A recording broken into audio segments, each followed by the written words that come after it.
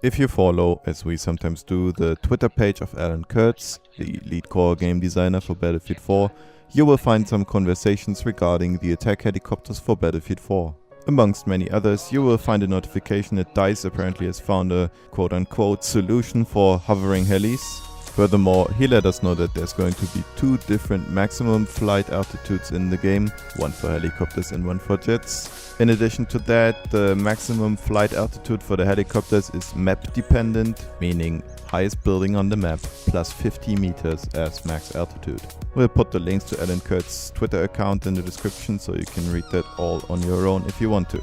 Well, alright, let's just note that DICE apparently does not want helis to hover and finds that type of gameplay problematic.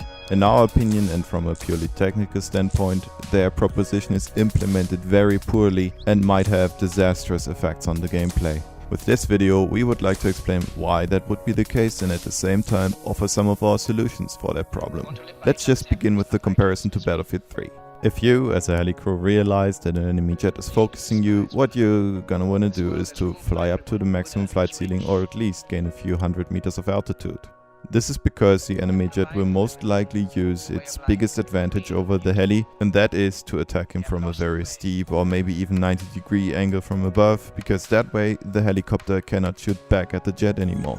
So, if you, as a helicopter pilot, are flying close to the ground and see that the jet is attacking you from above, you would pull up the nose to give your gunner some shots or maybe even a TV missile shot. But since you're so close to the ground, you would inevitably crash the heli.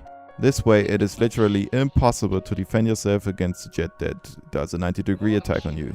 Alright, let's just go back to our basic position and note that DICE does not want to have hovering helis which attack ground targets from 800 meters away, and compare that with the idea of 2 different flight ceilings for jets and helis. We run into a logical error here.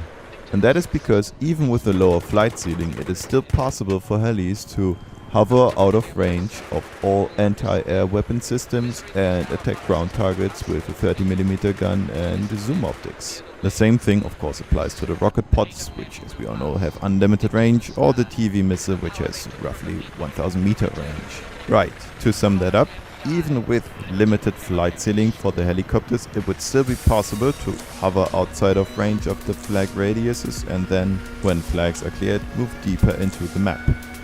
So, the only effect that would occur upon integrating 2 different flight ceilings for jets and helis would be that helis would be more or less defenseless against jets, but hovering in the form that we know it right now from Battlefield 3 would still be viable and effective.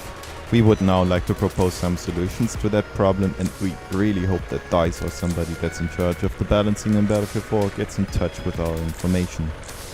First solution, you add bullet drop to the 30mm gun of the helicopter. This way it would become increasingly difficult to hit your target the further it is away from you, and at very long range it would become literally impossible. Here in the background you can see footage from the Gamescom 2013 using a 30mm gun plus zoom optics on the boat. And as you can see, it gets increasingly difficult to get clean hits even at medium range. If you would apply the same thing to the helicopter's main gun, you would still be able to defend yourself against jets, but effectively you'd have to give up the hovering. Second solution that we'd like to present, increase the gun spread on the 30mm. This would hardly have an effect when using at close range, but would decrease your effectiveness the further you're away from your target.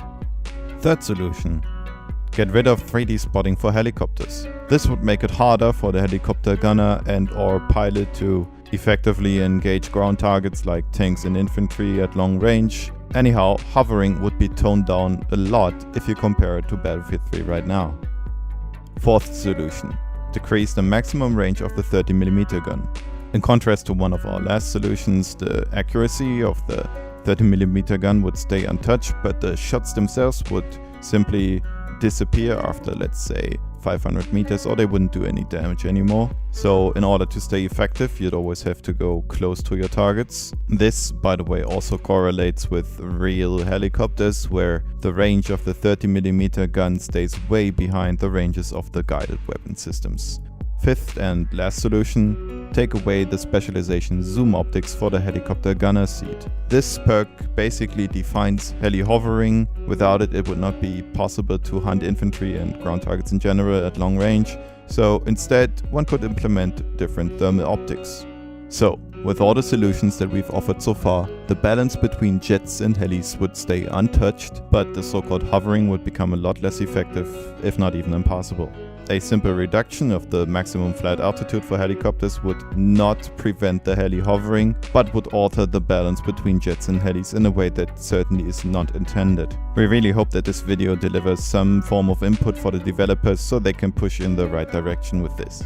Thanks for tuning in. If you liked it, then please share this video with your friends. Also, please leave a comment below. We're always interested in feedback from you.